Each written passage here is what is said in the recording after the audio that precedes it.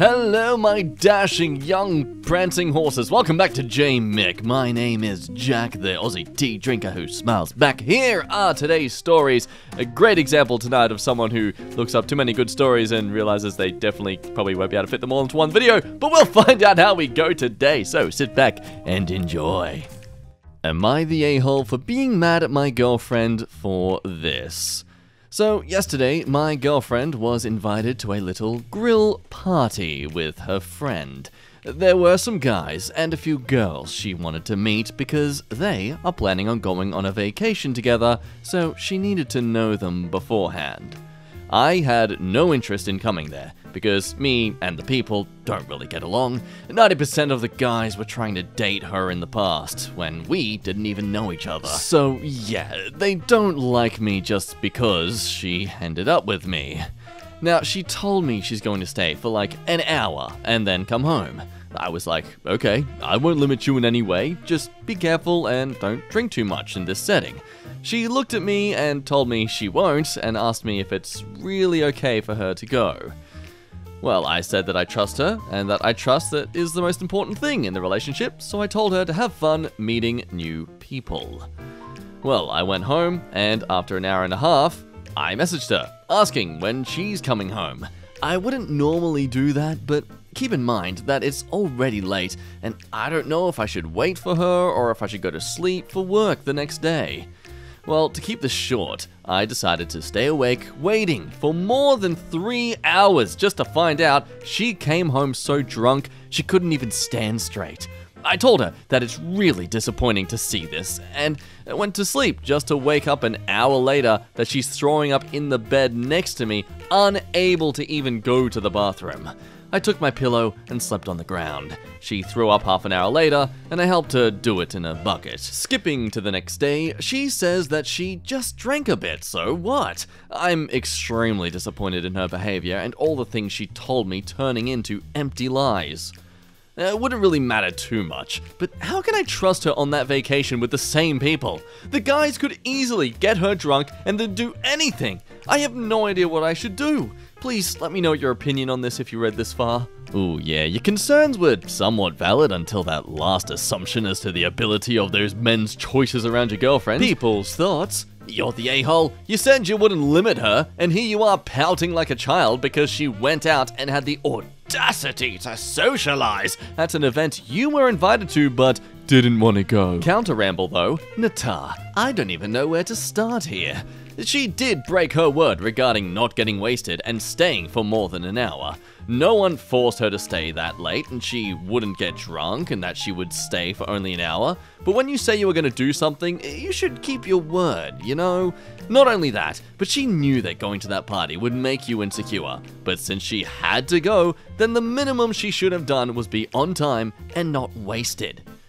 Sorry, but she doesn't seem to have any regard for your feelings. Why does she have to go on a trip with a bunch of unknown guys who wanted and still want to do her? Ooh, everyone sucks here. She should have told you when her plans changed. That's the only thing she owed you in this situation. Saying, I'm going to have a slow night and then having a big night is super normal, but she should have let you know she was coming home late. But you need to find a way to deal with your jealousy over these guys. For context over the validity of his concerns of the men in this group, they are all in their 20s and in college. So while I can understand his suspicions that these men are just around waiting for their turn and possible opportunity, I have to really question your logic here about them possibly trying to do whatever they can to her the moment she's intoxicated. For one, if you genuinely thought they were going to try and do that to her, why did you let her go on her own? Why didn't you go to make sure she'd be safe? Also, if you genuinely think your partner is capable and willing to have it on with these kind of guys behind your back, why are you dating her? Why are you giving all this trust in someone who you were so certain and believing will just cheat on you? It's almost like you're actually just deeply insecure about your own standards and ability to meet her possible expectations that you are already meeting, that's why she's dating you, and are hoping by projecting your insecurities onto her to make her scared herself about these possible males, that she won't dare keep socializing with these people that you yourself seem to suck at actually socializing with. I mean, hell, the fact that out of all those men that are clearly into her and that she's clearly had some past with, either just as friends or even intimately, she's dating you out of all of them. Dude, that's a freaking compliment! Next story is a bit of a thinker. My 37-year-old male daughter, who's 12, hates me for having kids. I don't know what to do. I love my children so much, but I don't know what to do, and I don't know how to make things okay again. I'm a 37-year-old male again. I am the single father of 3 amazing children. A male 14, 12-year-old female, an 8-year-old male, whom I love dearly. Their mother passed away 6 years ago, and it's just been us since then. So we have always been close to each other, which is the reason why all of this has proven to be so hard. I have ankylosing spondylitis, which is essentially a form of arthritis that has been fusing my spine together steadily ever since I was a teenager. The chances of developing it is higher if you have a family history of the disease, which means my kids have a chance of developing it. They know about it, my oldest son has read a lot about it, but I think it recently just hit them that they have a chance of getting it, with the chances of the symptoms arising becoming more likely now that they're older. Well, my sons have taken it remarkably well. None of them have any of the symptoms, and there's no signs of it in any of them. But my daughter has become very angry about it. She has called me selfish for having kids in the first place when I knew they might develop it, and is saying that she's going to hate me forever if she ends up having it. I have tried sitting her down and talking to her about it, but she won't listen, and refuses the idea of going to therapy. She has been acting very distant and cold to me, and has recently started to call me an a-hole, selfish, and has told me that she hates me regardless if she ends up developing it or not. It hurts to see my daughter like this. I know it was selfish to have kids, knowing that they might end up with a lifetime of health issues, dealing with back and hip pain and everything that comes with it, but I don't know what to do. Whenever I try to talk to her, she twists my words around on me and says, "So you regret having us?" Whenever I admit that it was selfish to have kids, and then when I backtrack, she tells me that I'm a terrible father. I don't know what to do. I don't want any of my kids to hate me, especially because of this. Because of something I could have controlled by not having kids and something they have had no choice on. I don't regret any of them, but I feel terrible for exposing them to this. A bit of a moral dilemma that ends with them just honestly begging for help. Now, I do feel for the father here, but I do also kind of side with the daughter in the morality of it all. You knew from the moment you decided to have kids that they were going to be affected by this. You chose the privilege over getting to raise a child over the actual perfect health of that child. It's reasonable to say that you were prioritizing your own happiness over the actual happiness and health of your children. But then who are we to judge and decide on who gets to have children? You're clearly not a toxic parent, with the only grey line here being your genetic makeup, of which then to argue eugenics, we risk stepping into territory that Nazis are more notorious for. So my lovely listener, where do you stand? Do you think he deserves the spite from his daughter, or do you think the daughter should just learn to deal with it? There are, apparently, treatments for this kind of issue, and as long as we strive for more advances in medical science, then we shouldn't waste time dictating who gets to have children. Next story, am I the a-hole for telling my daughters that I made a mistake by choosing to stay in their lives? My ex-wife and I got divorced 14 years ago. It was due to infidelity on her part. Our daughters were 9 and 7 at the time. Now, the divorce was messy. She moved in with her affair partner and ended up with primary custody. I got every other weekend. It was a disaster from the very start. The kids did not respond well to the changes. I tried to have a good co-parenting thing going, but little did I know that my daughters were being turned against me. They would be angry and sullen each time they would visit and refuse to talk about what was wrong. Tantrums, screaming, cursing became the norm, and that's when they were not totally withdrawn. They were being fed complete lies about me. How I didn't love them, how I was going to leave them for another family, etc. It didn't improve with time. In their teens, they cost me 2 very serious relationships with just the most venomous behavior. They didn't even want to visit me anymore, but I insisted that they do. I don't know if that was a mistake or not. They pretty much cut me off when they turned 18. The only time they'd visit was to ask for money. I thought things would improve as they got older and saw through all the lies, but sadly it hasn't. I think it never will. I'm just done at this point. At the start of this year, they'd come to my house to ask for more money. When I refused, they yelled at me again and said they wished I wasn't their father. Well, something broke inside me and I told them I wished I had just walked away from them. That if I hadn't stayed in their lives, maybe I would have had an actual shot at a happy life. Maybe they would have too. They looked shocked, and then screamed and cried and left. I haven't seen them since. No visit, no phone calls, nothing. It fills me with incredible guilt, but I almost feel relieved that they're not around anymore. It was a terrible thing to say, but I can't help but feel like there was truth in it. So, am I the a-hole? Not the a-hole, no doubt. Very common. I used to think that fathers that walked away were deadbeat. Now I know most don't stand a chance if the mother decides to demonize them. You are the a-hole for not getting therapy for the children you made the decision to have. You don't move on from having children.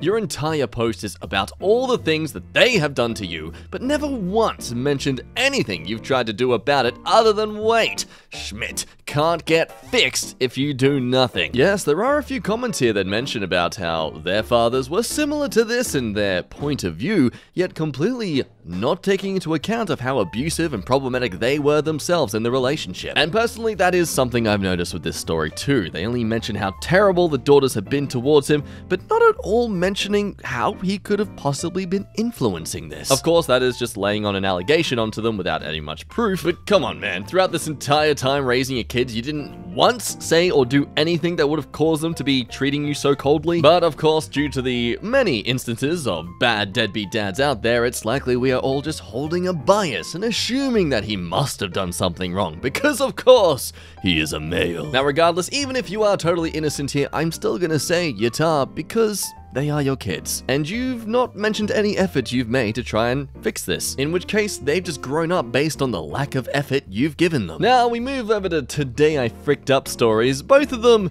are gonna really test the demonetization policy on YouTube videos, so if they're a little too gory for you, feel free to skip ahead to the other stories. Today I fricked up by nutting blood all over my wife's face.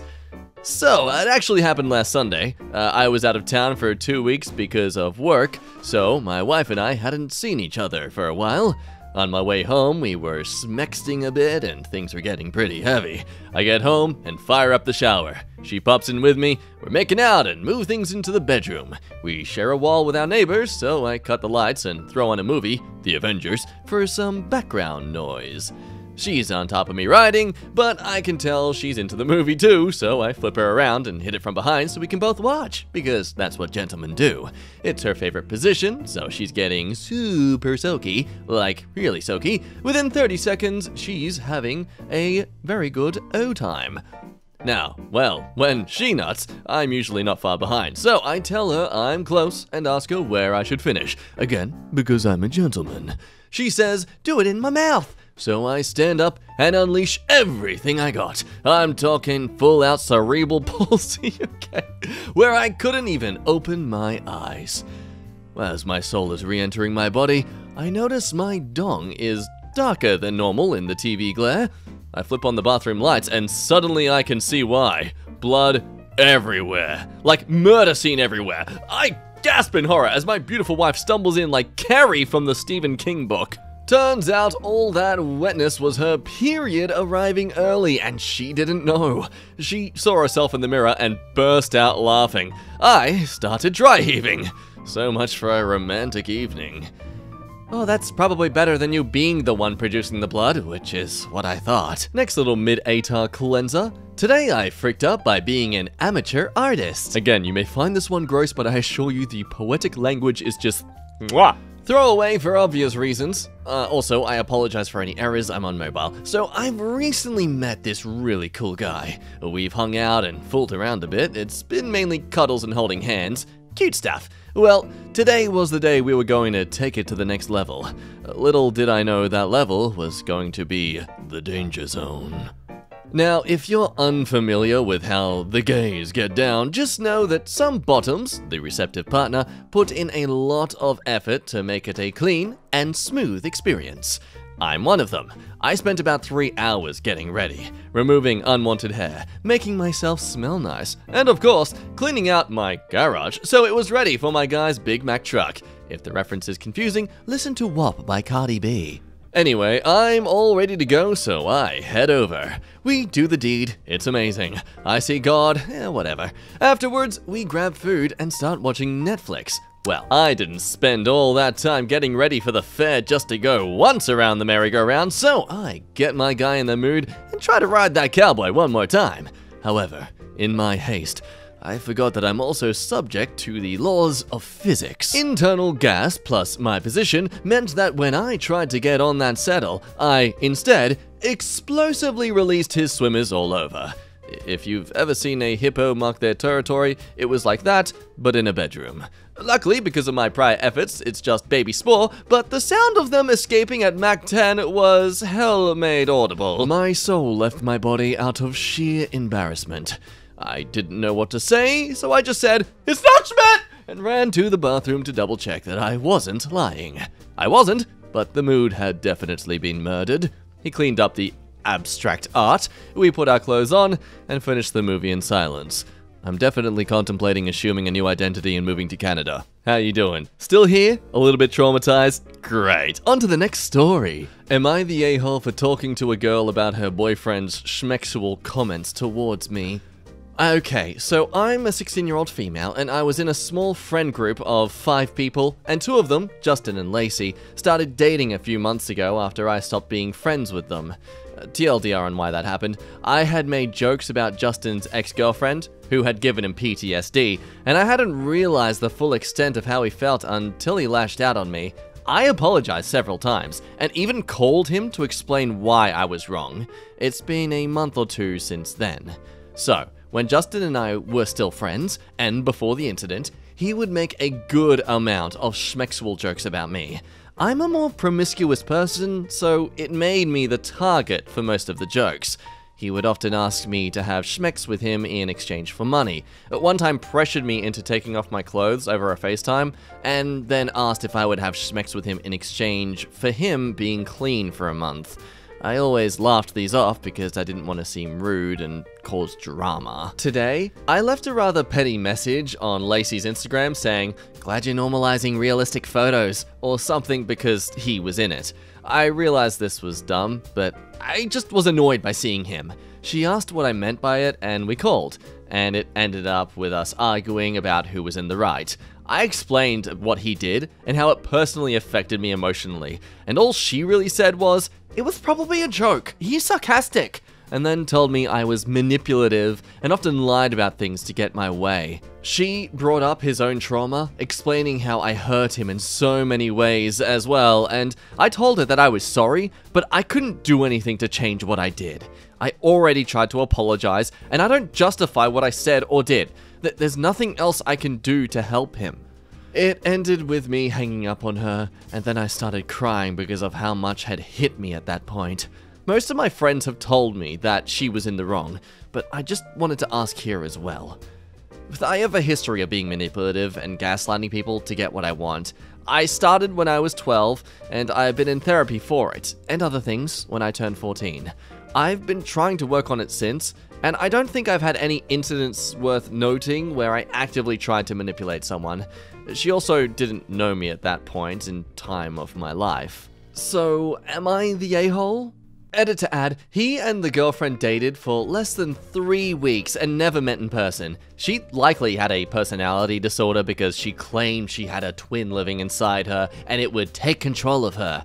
She was obsessed with wolves as well, often saying she was the leader of her pack and could turn into one. My jokes about it consisted of making fun of the wolf stuff because it was funny at the time. He didn't tell me it had made him uncomfortable until the time he got upset at me. So that last stuff just makes you go, what the frickin' what? But also, just want to quickly give props to this person for not being afraid to point out why they could be an a-hole in this situation. Could have easily not disclosed the fact that she's had issues being a manipulative person in the past. But still, despite that, I agree. Everyone sucks here. Leave this girl and her boyfriend alone. If seeing them ticks you off so bad, just don't follow them anywhere. What he did wasn't justified, but what you did to him also wasn't justified just because he made inappropriate jokes towards you. his girlfriend also sucks for invalidating your experiences. It is stories like this that make me so thankful that I'm no longer in my teens. But also props to you for coming across this drama and dealing with this stuff at an earlier point in your life, so you're not one of those people in their mid-20s who are doing these things and wondering why everyone hates you. Next story. Am I the a-hole for turning down my significant other's advances? So I'm a 22-year-old male, and my wife, who's 25, have been together for over 2 years now. At first, we were intimately active, but soon after, the appeal of schmexual activities wore off for me. I still love her, and I am still attracted to her, but being schmexual has few and far between. And recently, my drive has picked back up again, and we're starting to have more schmexual moments in contrast to the past year and a half. But there are still nights where I would say no to her advances. But the amount of times I do have reduced significantly, and I hate saying no to her because she loves being intimate with me. But at the same time, we also had a talk where she had admitted that, in the past, the few times I had come on to her, she had not necessarily wanted to get intimate, but rather took it upon herself to take care of me because if it wasn't her, nobody could help with my schmexual tension. And she never said no. Where in contrast, when I didn't want to or didn't feel like doing anything, I'd say no. And where, on one hand, the right to say no is an equal give and take from both sides, on the other hand, she has never said no to me, and I may be the a-hole for being able to say no to her when she needs the release. So am I the a-hole? I do like this story because it does help remind us about the importance of consent. I mean, thank God you two have a decent enough relationship of respect, because otherwise she could easily turn this into a case of assault that you would not be able to escape from, sir. Not the a-hole. You have the right to say no. You are not obligated to reciprocate simply because she said yes even though she did not want to. I feel like this other comment does nail it much better though. There's a vast difference between not wanting to have schmex but being fine with going along with it for the other person, and not wanting to have schmex but feeling pressured to do it anyway.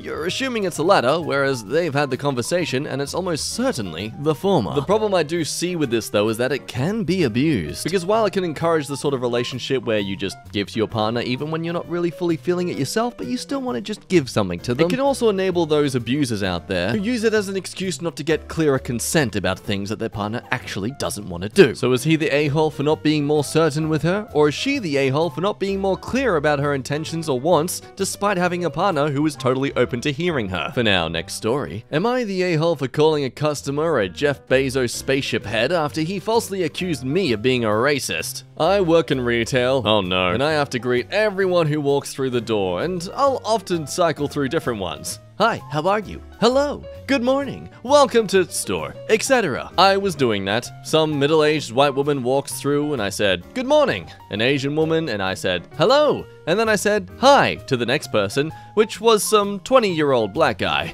He freaked out, saying I was racist as I used informal language with him and formal language with the two other people that I think he wasn't sophisticated or worthy enough to use formal language.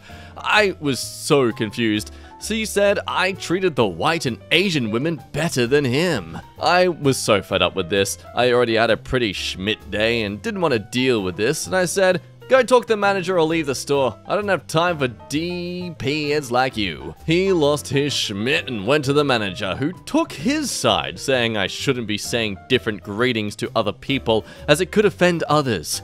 I quit on the spot and told them to go frick themselves. The boss was telling me I can't do that. He needs us and I can't abandon all the work onto him and the two other employees. I told him I don't give a schmidt. Survey says, everyone sucks here. The black male freaked out over nothing. Go talk to the manager was all you needed to say to him. Everything after that was unnecessary. Oh, you're the a-hole for massively overreacting. And although I don't believe you're a racist, unconscious bias could have been at play here. That's why it's called unconscious. Yeah, despite the possibility that if this was a Karen complaining, everyone would say Natar, there's actually maybe only one person that says Natar here. Whether that's notable or just playing a bit of whataboutism is completely up to you as the listener. Part of me has to agree that, look, you clearly can't handle the abuse you might deal as a retail worker, but on the other hand, You shouldn't have to deal with any abuse as a retail worker. That's not part of your job. You can argue it comes with the territory, but there's also a lot of death that comes with the territory of working in more hazardous jobs. Doesn't mean we shouldn't strive to make them safer. Either way, I wouldn't put these guys down as a job reference. Next bit of tasty tea. I'm a 21-year-old and I just found out my parents owe me $30K and they're dodging to give it back. So, I live at home and work for my parents' company for no pay in exchange for having my car insurance, phone, and college tuition paid for, $15,000 a year for college alone. My parents and I got in a fight because I didn't call my dad to see if I could help out with you or something on my way home from one of my other jobs. As a result, my mom yelled at me that I'm going to have to start paying my own phone bill. As a result of that, I started to look at how much money I lent the family business over the years. I've been meaning to do this because my dad recently said, "I'll see it in the business one day," even though that was not what we agreed on. When I was younger, my uncle passed away and left me about $45,000. I just did the math, and I have lent my parents $30,000 of that, including $7,000 that I did not consent to that paid for my first college semester. My mom took it out of my account without telling me when I was 18. And I confronted her then, and her response was, "Oh, too late now, sorry." And after that, my parents started paying tuition in exchange for my work with the company, as we agreed upon. I also would give them cash that I made working at a restaurant to pay for dinners, and one time, my dad just straight up took a $200 Wawa gift card from my room because he needed gas. All this said, they have paid for 2.5 years of college and are prepared to pay for my final year. They also pay for most car repairs I run into, and I live at home rent-free. I want to bring up how much they owe me, but I don't want to risk them not paying for my final year of college. I want the money back to move out, but I don't know if I should power through my last year of school first. I was worried about feeling ungrateful, but the years of accounting and construction labor I have given them, I feel cover the car insurance and phone bill that they love to hold over my head. And the college thing, they say that it's for working for them, but also they had told both my siblings that each of us got either college or our weddings paid for, which is awesome, and I appreciate, but I don't feel like it justifies stealing. I'm just very confused. See, I feel that's the worst thing though. They know this. They know they're stealing from you, and they know they have you wrapped around their finger. At this point, I feel like you just have to play ball. Wait until you've already graduated from college, then research lawyers or whatever you can do and sue the pants out of them. Hopefully, I don't know what you can really do here, honestly. Maybe call the police for theft. Like, how is it a gift for them to pay for your college if they're taking all the money that you've got anyway? Like, they're not paying for college, you are! Next story. Would I be the a-hole if I put a restraining order against my ex-co-workers and tell my old boss about some of the bad things they have done? I recently have had an ex-co-worker named M approach me claiming to know my dirty little secret and has demanded money to keep it a secret. This secret is not a secret, but something very personal about my relationship with my partner that's only a very close friend named R knew about. Or so I thought. We were close, and we wanted it to stay that way. My close friend R has told the ex-colleague, who I have had issues with when working with him in the past, behind my back and has pretended that everything is fine. Meanwhile, M has taken offense over my personal life and has messaged me, saying, and I quote, "That poor girl, you doing disgusting things to her like that. Wonder what her parents would think of you if I told them." And after I reply to stop threatening and blackmailing, "I haven't threatened you, and do you think I care about police law? How much you going to give me to keep you disgusting secret? And I tell you right now, if I get one call from police, I will make sure I tell her parents what you've been doing to us. They will never approve of you again. You don't want it, so that's what my worth." Yeah, not threatening at all, sure. I feel deeply hurt and disappointed that my so-called friend would tell someone he knows I didn't get along with. So, would I be the a-hole if I put a restraining order against M and told my old boss about all of R's and M's devious things they've done at work, such as drinking on site while being in charge of Operation Go-Kart, turning up to work while still high, stealing materials, work gear, etc. People say, "Nata, talk to the police if you are being threatened." Action was made in that department though, and apparently they've filed the reports and the complaints, but nothing after that.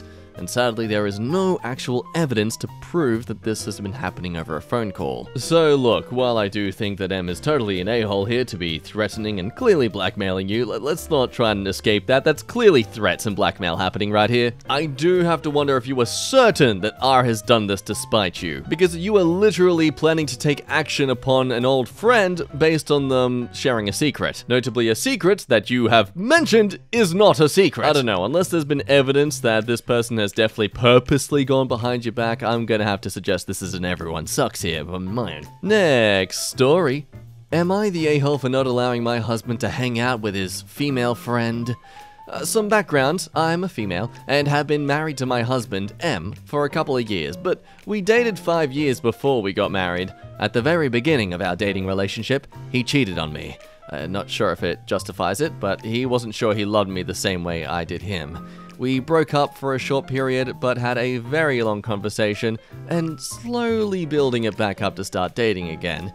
Before we got married, we even went to couples counseling, and I feel that helped our communication tremendously, and as a result, our relationship was strong for it as well. Okay, now onto the ATAR part. He has this old female coworker that he is friends with that he wants to hang out late hours. No, he is a night shift. He went to have dinner with her, went to the movies, and was at her house until 4 a.m. Again, I thought we were good with our communication, so I calmly told him. That makes me feel uncomfortable, especially considering our past, and do not wish for him to see her under these circumstances.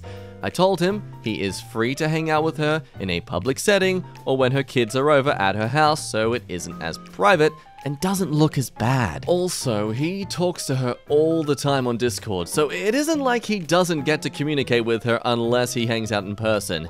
He seems to understand my thoughts and position before, but he came back to me tonight saying that he wants to be able to relax, drink, and watch a particular show together, one that I'm not particularly interested in, and that can't be done with kids around. To me, I feel like I was setting clear boundaries to where he could hang out with her without hurting my feelings. To him, I am being controlling and not trusting. He says that he values our relationship and wouldn't do anything to jeopardize that. Also, full disclosure, he is also friends with her husband, but he has been out of town for work, saying that he wouldn't want to hurt his friendships with this other person as well. Am I the a-hole for not letting him hang out with his female friend the way he wants to? Oh, Nata! My best friend is a woman, so I know it's perfectly possible for a man and a woman to have a 100% platonic relationship. I would never dream of going to dinner with just her or the movies, and I absolutely wouldn't go around her house until the wee small hours. Yeah, mentioning the cheating history doesn't help this guy's defense, but it can be noted that they did this before they got married and before they went to couples counseling together. If these current circumstances are eerily similar to what caused him to cheat in the first place, then okay, yeah, that's when I'd get suspicious. Definitely scummy of him to ignore your concerns and discomfort, but also, after 5 years where you already broke up and then got back together again and went to couples counseling and got married, how much more does he must go through to prove to you that he can be trusted? Last story! Am I the a-hole for insisting that my boyfriend deletes his World of Warcraft game given what we now know about allegations in the company? My boyfriend doesn't play video games an excessive amount, mostly just on some lunch breaks and one night a week with his real-life friends. One of his favorites is World of Warcraft, and while I don't know much about it, I do know he pays them money to access their servers. I have, of course, seen in the media lately the horrid, misogynistic depravity and worse that went on with the company's tactic approval. We started talking about what happened over dinner, and as always, he was vehement in his disapproval and disgust of the practices the women at the company faced, as he is whenever this happens. He is a good ally, and I appreciate that about him. But then, when I asked him if he thought it was important to financially distance and stop supporting them as a result, he just sort of goes, and stays a bit quieter. I press him for an answer and ask him specifically whether it is a good thing to stop paying for support a company which abuses its employees in this way. He says that he rejects my framing, that there is enough of a disconnect between paying £10 a month to a billion-dollar company and all of the practices that occur within it. Also, that no longer playing the game and thus no longer being in on the fun with real-life friends presents an unequal trade to him personally. That is to say, the company would not suffer at all from his personal absence, but he would suffer in a real way, losing one of his last connections with his real friends were he to go. Well, I feel like this isn't so much about making a trade as well as making an objection and protest towards someone's business's behavior. He further countered, if I were to insist that he stop playing World of Warcraft on that basis, wouldn't I also, to avoid hypocrisy, have to stop watching all films produced by the Weinstein Company or Miramax and avoid all music by certain artists I continue to enjoy? I conceded it was a good point, and that he had convinced me. I have pledged to him that I will make a conscious effort to no longer consume the media because of the harm it represents and the people who do that harm, who it supports, but that I expect him to do the same with World of Warcraft. He said he needed time to consider it. So, the next day, over a board game, I pressed on the issue.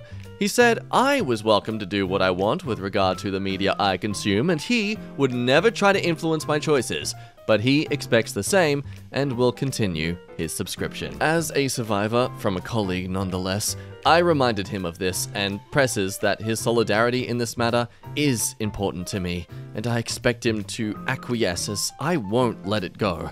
But he remained undeterred, and the only compromise offered was he will ask his friends how they would feel about playing something else, but that I should not hold my breath. We finished our game in silence. We haven't spoken since. Am I the a-hole for holding him to account so hard over this? Should I just let it go, or am I right to dig my heels in on this one? I really don't know how to rate this. I am leaning towards a yatta. I completely understand where you are coming from and in not wanting to support these companies. However, it's a game that your boyfriend enjoys playing with his friends. He has already expressed that he does not approve of the company's actions. You cannot force him to research the company behind every product and boycott the ones he doesn't like. Fair point, but I'd argue he's currently in a situation where he doesn't need to be researching this particular company because it's already been exposed and clarified that they are abusive. More yatas though, if you dedicated your time to actively avoiding all companies with disgusting practices and not paying into any of them, then you wouldn't have a phone, or a roof over your head, and you wouldn't use Reddit. It seems like you just don't like him playing the game because the problems in the company are popular right now. I could argue against the slacktivism efforts that many people make in these sort of situations. Look, honestly, I think you persuading your boyfriend to get off this game is as meaningful to making a difference as companies changing the logo character on their branding because, oh, we gotta get rid of the blackness, and look, we solved racism. You get to think you're doing a good thing, but basically in the long term of it all, it's meaningless. Personally, I think there should be no shame in not wanting to make that sort of effort, yet still happily saying that you don't agree with their practices. I've made no donation efforts towards ending child labor, and I still buy clothes. Boycotting the game also completely ignores and dismisses all the efforts employees themselves have been making to try and rectify this issue in their own company. Like, yes, there are a bunch of people in that company who are very problematic, but there are also so many employees that are good people who want to make a good game for you, who totally are disgusted to have heard all this news. Look, it's good to make an effort to condemn this sort of behavior, but let's not be stupid about it too. Anyway, those are my thoughts. My god, this is a long video. It's already past midnight. I need to go to bed. If you are this far into the video, oh my god, thank you for giving me your time today. I genuinely appreciate it. Hey, give me a like too so I can tell how many of you did. Anyway, short outro, I need to go to bed. Thank you so much for watching. My name has been Jack. You have been a lovely person to ramble with today, and I will look forward to doing it again very soon. Bye-bye.